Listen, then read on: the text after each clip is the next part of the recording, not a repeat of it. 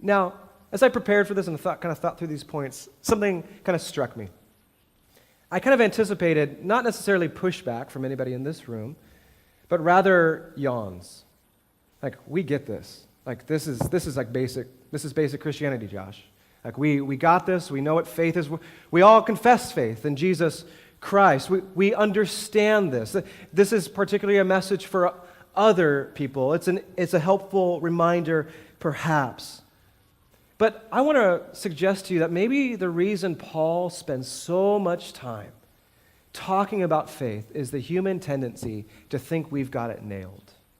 So we continue to have us come back to this theme of what faith is.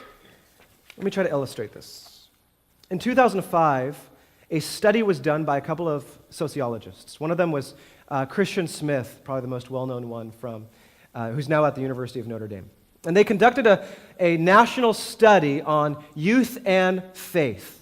Thousands of interviews of Christian youth across the country, and they wanted to understand, what is it that Christian youth believe? And this is a report that has been authenticated numerous times over, and the Oxford Press is the one who published the findings. It's a significant find. But what this study uncovered was that when all was said and done, the Christian faith articulated by the youth that they interviewed was so entirely different than Orthodox Christianity that it merited a whole new name.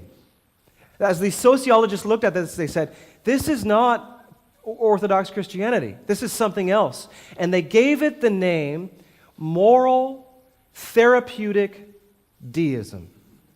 Moral Therapeutic Deism. Now, the interesting thing about the study is that none of the students would have assumed that they were talking about anything other than Christianity.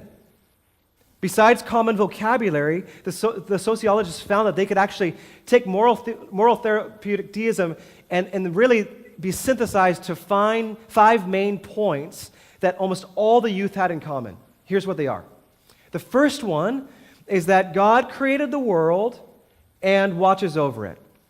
No real problem there, but that's the starting place.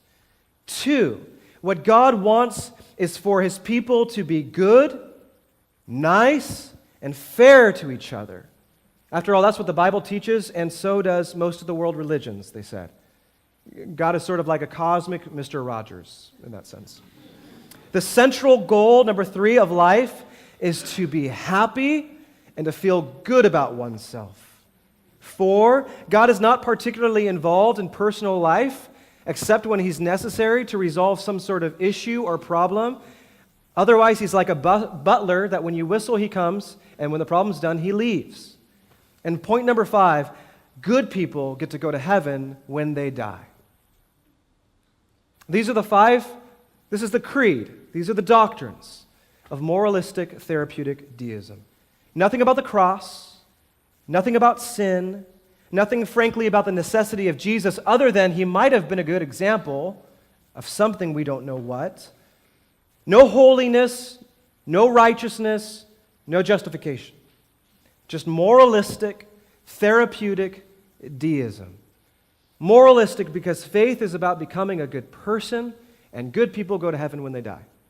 It's therapeutic because faith contributes to my life story, helping me live happier, healthier, and more abundantly. And it's deism because other than when we need God to overcome something that we've identified as problematic, God remains aloof. This is the sum of what they thought Christianity was. This is what they thought the gospel could be reduced to. And while we might be tempted to go, well, yeah, but they're youth. They're grown up, they'll grow out of it, they'll grow into it. They've done repeated studies after this one that simply confirmed the earlier findings. And rather than just sort of pushing it off, we need to ask a more symptomatic question, which is, where did they learn it from? Like they didn't think that this was anything other than the Christianity they grew up with. They assumed that all of these things were what was modeled for them. They didn't think they were inventing something new. They simply assumed that what was modeled for them by their church and by their families, what happened in the sermons and in the songs, all confirmed moralistic therapeutic deism. It's what they experienced, and it's what they witnessed. And Smith concluded that it wasn't simply the faith of the teenagers, it was what the teenagers adequately saw reflected in the lives of their parents, their pastors, and in their churches. They learned it because a good example was set for them.